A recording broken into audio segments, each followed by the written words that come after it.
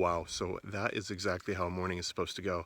So we started out and it was, I can't say it was a little slow, but there was a faraway cheetah sitting on a mound that was outside of camera range, but still was absolutely beautiful in the morning sun.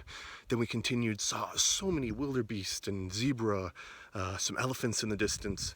Um, Apparently we still haven't seen the main migration, which kind of blows my mind because I mean some of these herds were a couple hundred strong, going single double file line, kind of marching along their way.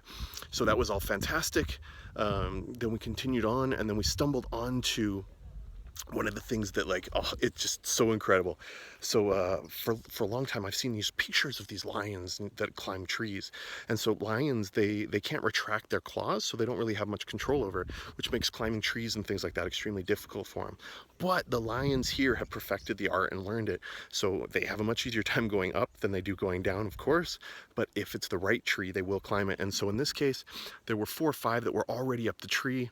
There were a couple more that were over laying on the ground. As we sat there watching, they came and they scaled the tree to the point where, even though it was quite a large tree, they ran out of space. Kind of a couple yelled at each other a little bit.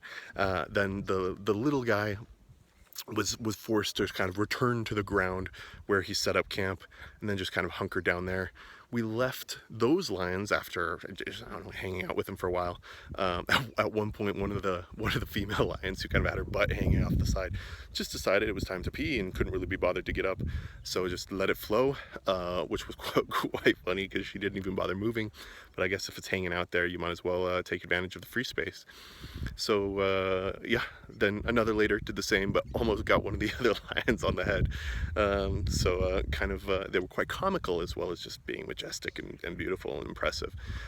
So from there, then we wound down and then out on the plains came into a big pack of another 6 or so that were just kind of lounging out. One huntress then tried to hunt some of the wildebeest that were coming by.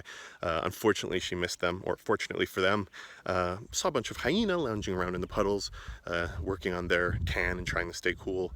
And then as we were on our way back in, ran into 10 wild dogs that were lounging. Wild dogs, apparently extremely rare. Also got really lucky in Zambia and saw them. So apparently find my way to the wild dogs, but very lucky, and I guess having the time also helps, and of course a good guide.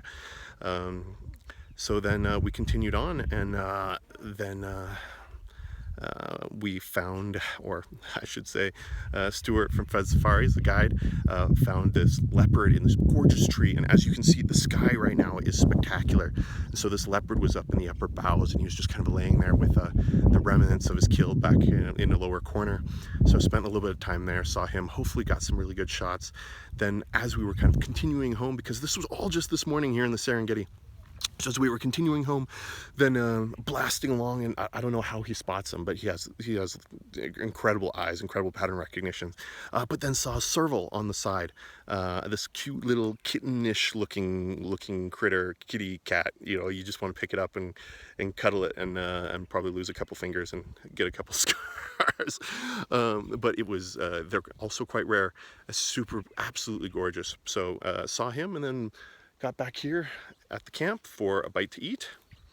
And you can see there is a stork up there over my shoulder, just chilling, hanging out. And we're gonna take a little break, and then at 4 o'clock we're gonna go back out and continue and see what else we can add to this absolutely insane day.